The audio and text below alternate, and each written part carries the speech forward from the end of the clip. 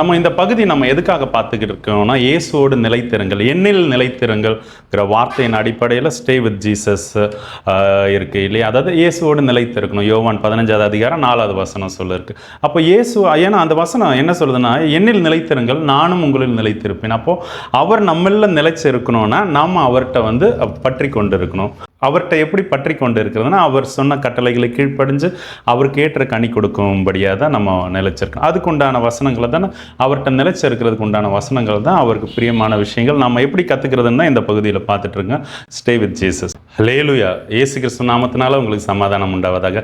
இன்றைக்கி நம்ம எந்த வசனத்தை தியானிக்க போகிறோம்னா, எபேசியர் 4:29வது வசனம் என்ன சொல்லுதுன்னா, கெட்ட வார்த்தை ஒன்றும் உங்கள் வாயிலிருந்து புறப்பட வேண்டாம், பக்தி விருத்திக்கு ஏதுவான நல்ல வார்த்தைகள் உண்டானால் அதையே கேட்கிறவர்களுக்கு பிரயோஜனம் உண்டாகும்படி பேசுங்கள் அப்படின்ட்டு. அதாவது இந்த வசனத்தில் இந்த நாம் இன்னைக்கு கற்றுக்கிற விஷயம் என்ன மீன்ஸ், அதாவது ஃபஸ்ட்டு ஒரு கமெண்ட் சொல்லிடுறாரு, கெட்ட வார்த்தை ஒன்றும் உங்கள் வாயிலிருந்து வர வேண்டாம் அப்படின்ட்டு. அப்புறம் என்ன சொல்கிறாருன்னா, பக்தி விருத்திக்கு ஏதுவான நல்ல வார்த்தைகள் உண்டானால் அப்படின்ட்டு. அப்போ பக்தி விருத்திக்கு தேவையான வார்த்தைகள் நம்மக்கிட்ட இருக்குது. ஏன்னா ஜீவ அப்பம் கிறிஸ்து இயேசு, அவருடைய வார்த்தைகளை நம்ம கற்று இருக்கோம், ஓகே, கேட்டிருக்கோம், நம்ம வாசிச்சிருக்கோம், படிச்சிருக்கோம், நம்ம இருதயத்தில் அவர் வச்சிருக்கார், ஓகேவா? எது பக்தி விருத்திக்கு ஏதுவான வார்த்தைகள். அப்போ உண்டானால் வசனம் அப்போ நம்மக்கிட்ட இருக்குது, ஓகே. அப்போ அதை என்ன பண்ணணும் நீங்கள் சொல்கிறாருன்னா, கேட்கிறவர்களுக்கு பிரயோஜனம் உண்டாகும்படி பேசுங்கள். அப்போது நம்மக்கிட்ட ஒரு வசனம் இருக்குது, அந்த வசனத்தை அவங்களுக்கு எப்படி சொன்னால் அவங்களுக்கு புரியும், ஓகே, அவங்க பக்தி விருத்தி அடைவாங்கங்கிறது அந்த தேவ ஆவியானவருடைய நமக்கு உண்டான ஒரு ஆலோசகர் இருக்கார் இல்லையா, பரிசுத்த ஆவியானவர். அவர் சொல்கிறதுக்கு ஏற்றவாறு நம்ம அதை புரிஞ்சுக்கிட்டு அவங்களுக்கு மற்றவங்களுக்கு பிரயோஜனம் உண்டாகும்படியாக அந்த வார்த்தைகளை பேசுங்க. தீமையை நன்மையினால் வெல்லுங்கன்னு ஒரு வசனம் இருக்குல்ல, அது அப்போது அவங்கள்ட்ட எப்படி சொல்கிறது? அவங்க புறஜாதியாராக கூட இருக்கலாம், அவங்கள்ட்ட வசனம் சொன்னால் புரியாது, மதம் மாற்றுறாங்கன்னு நினைப்பாங்க. அப்போது ஆனால் அவங்க அந்த வசனத்துக்கு கீழ்ப்படியணும், ஓகேவா?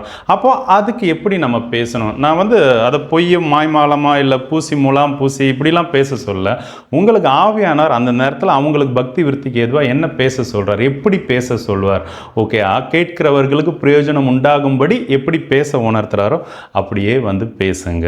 ஹல்லேலூயா. ஓகேவா?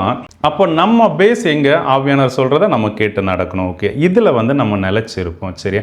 அப்போ உங்கள் கிட்ட வசனம் இருக்குது, அதை மற்றவங்க கேட்குறதுக்கு பிரயோஜனம் உண்டாகும்படி பேசுங்க. கெட்ட வார்த்தை ஒன்றும் உங்கள் வாயிலிருந்து வரவே வேண்டாம் தான் இன்றைக்கி ஆவியானவர் உணர்த்தலாம்.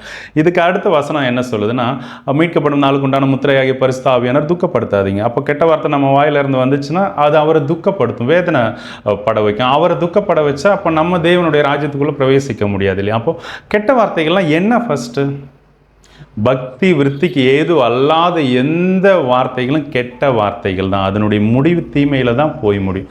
நீங்கள் உங்கள் வாயிலிருந்து ஒரு வார்த்தை புறப்படுதுன்னா அது தேவனுக்கு பிரியமா, ஓகே, பக்தி விருத்திக்கு ஏதுவாக இருக்கா, கேட்குறவங்களுக்கு பிரயோஜனம் உண்டாகும்படியாக இருக்காங்கிறத நீங்கள் அலசி ஆராய்ஞ்சிச்சு நிதானமாக பேசுங்க, ஓகே.